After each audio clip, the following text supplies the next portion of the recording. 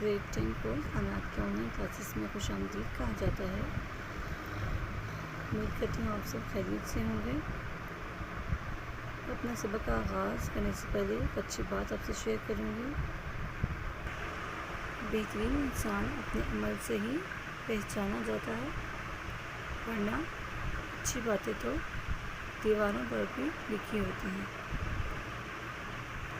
तो चलें आज का अपना सबक शुरू करते हैं।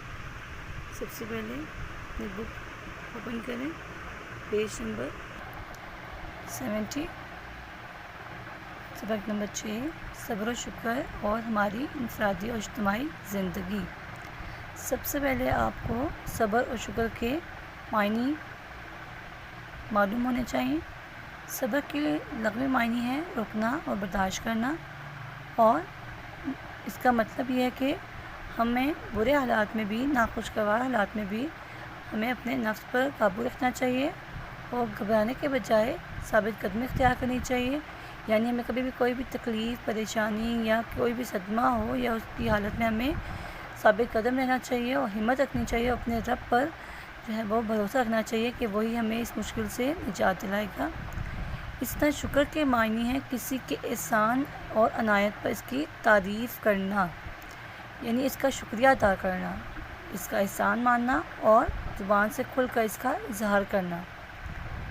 और इसके बदले में हमें इसके हवाले से, इसके इतराफ़ के हवाले से अल्लाह ताला की ज़ात ही सबसे ज़्यादा शुक्र की मुस्तहिक है, जिसका मतलब ये है कि हम सबसे ज़्यादा अल्लाह ताला की तारीफ़ करें, इसके अनायात का इतराफ़ करें, इसको तस्लीम करें, इसके एहसानात पर हम सदा शुक्र बजा लाएँ। तो ये होगी सब्र और शुक्र के मायने। अब एक मुसलमान के क्या औसाफ़ हैं? सब्र शुक्र एक मुसलमान के ऐसे औसाफ़ हैं, ऐसी खूबियाँ हैं जो ईमान के कामिल होने की दलील है, यानी कि ईमान के मुकम्मल होने की दलील है, उसका सबूत है। इनके ज़रिए इंसान रंज और राहत और खुशहाली और तंगदस्ती में ऐसा तर्ज़ अमल इख्तियार करता है जो ईमान के मुताबिक होता है और अल्लाह ताला को पसंद होता है।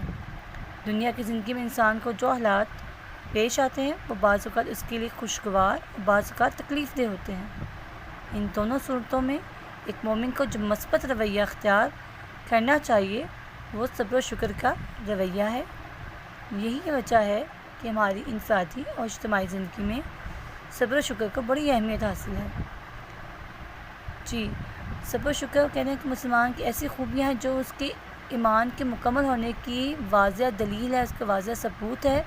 इंसान अगर रंज में या राहत में या मुसीबत में या तकलीफ़ में होता है तो उसको ऐसा तर्ज़ अमल इख्तियार करे, ऐसा रवैया इख्तियार करे जो उसके ईमान के मुताबिक हो और जो अल्लाह ताला को बहुत ज़्यादा महबूब व पसंद हो। इंसान को जो भी हालात उसके दरपेश आते हैं वो बाज़ औक़ात अच्छे भी होते हैं, बाज़ औक़ात तकलीफ़देह भी होते हैं, लेकिन एक मोमिन की निशानी यही है कि वो ऐसा मस्बत रवैया इख्तियार करे, और वह मस्बत रवैया क्या होगा? वो सब्र और शुक्र का रवैया होगा। यही वजह है कि हमारी इंफरादी या इज्तिमाई ज़िंदगी में सब्र और शुक्र का बहुत अहमियत हासिल है। जी, सब्र के लग़वी मायने क्या है? रोकना और बर्दाश्त करना।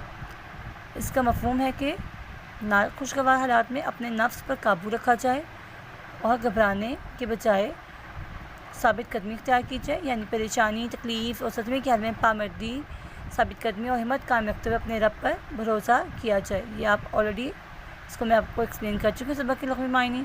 इसी तरीके से शुक्र के लग़वी मायने क्या है? किसी के एहसान और अनायात पर इसकी तारीफ़ करना, इसका शुक्रिया अदा करना, इसका एहसान मानना और ज़ुबान से इसका खुलकर इजहार करना। इन अनायात और एहसानात के इतराफ़ के हवाले से अल्लाह की ज़ात सबसे ज़्यादा शुक्र की मुस्तहिक है, जिसका मतलब है कि अल्लाह की तारीफ़ की जाए, इसके अनायात का इतराफ़ किया जाए और इसके एहसानात पर सदा शुक्र बजा लाया जाए। जी, ये तो हो गए शुक्र के मायने कि इसका मतलब क्या है। सब्र और शुक्र का मफ़हूम मैं आपको पहले ही इसको एक्सप्लेन कर चुकी हूँ। अब हमने देखने हैं शुक्र के तरीके कितने हैं। शुक्र के 3 तरीके हो सकते हैं। पहला तरीका कौन सा है? ज़ुबान से कलमात तशक्कुर अदा करना, यानी कि हम ज़ुबान से अल्लाह ताला की, उसकी बड़ाई, उसके एहसानात और उसके अनायात की तारीफ़ करें और उसका शुक्र अदा करें। नंबर 2, दिल में अल्लाह की अज़मत और अपनी अताअत और बंदगी का एहसास, यानी दिल में अल्लाह ताला की बड़ाई को तस्लीम करना और अपनी अताअत और बंदगी का एहसास दिलाना। اپنے دل کو اپنے عمل سے اللہ کے احکام کی بجاوری اور اپنے آپ کو اللہ کے سپرد کر دینا، کہ اپنے عمل سے، اپنے کام سے، اپنے طریقے سے اللہ کے احکام جو اللہ نے ہمیں احکام دیے ہیں، حکم دیے ہیں، ان پہ عمل کرنا اور اپنے آپ کو اللہ کے حوالے کر دینا۔ قرآن کریم میں شکر کے متعلق بہت تاکید کی گئی ہے اور فراخی و فراوانی انہی لوگوں کا مقدر قرار دی گئی ہے جو شکر گزاری کا مظاہرہ کرتے ہیں۔ اللہ تعالیٰ نے فرمایا لَإِن شَكَرْتُمْ لَأَزِيدَنَّكُمْ، تو ابراہیم کی آیت نمبر 7 ہے، اس کا ترجمہ اگر شکر ادا کرو گے تو تمہیں اور زیادہ دیا جائے گا۔ ایک مسلمان کو کوئی دکھ، تکلیف یا پریشانی کا سامنا کرنا پڑے تو اسے سوچنا چاہیے کہ میری آزمائش ہے۔ جی بالکل ایسے ہی ہونا چاہیے کہ اگر کوئی مسلمان کو تکلیف آتی ہے یا کسی بھی پریشانی کا سامنا کرنا پڑتا ہے تو اسے اس حال میں بھی صبر و شکر کرنا چاہیے اور یہی سوچنا چاہیے کہ میری آزمائش ہے اور اسے اللہ کے سوا کوئی دور نہیں کر سکتا۔ مجھے اس موقع پر بے صبری سے کام نہیں لینا چاہیے بلکہ صبر کا مظاہرہ کرنا چاہیے اور اللہ تعالیٰ سے دعا کرنی چاہیے، اس حال میں بھی اللہ سے دعا کرنی چاہیے، اس کی مدد مانگنی چاہیے۔ اگر اس موقع پر صبر و ہمت سے کام لیا جائے تو اس آزمائش میں کامیاب ہونے پر بہترین اجر و ثواب ملتا ہے۔ اس طرح اطمینان اور ثابت قدمی کے ساتھ حالات کا مقابلہ کرنے کی صلاحیت بھی پیدا ہوتی ہے۔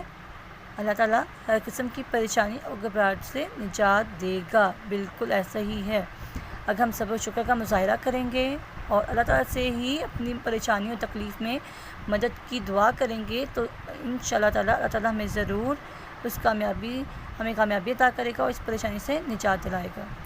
مسلمانوں کی اجتماعی زندگی میں بھی صبر کے مفید نتائج سامنے آئے ہیں۔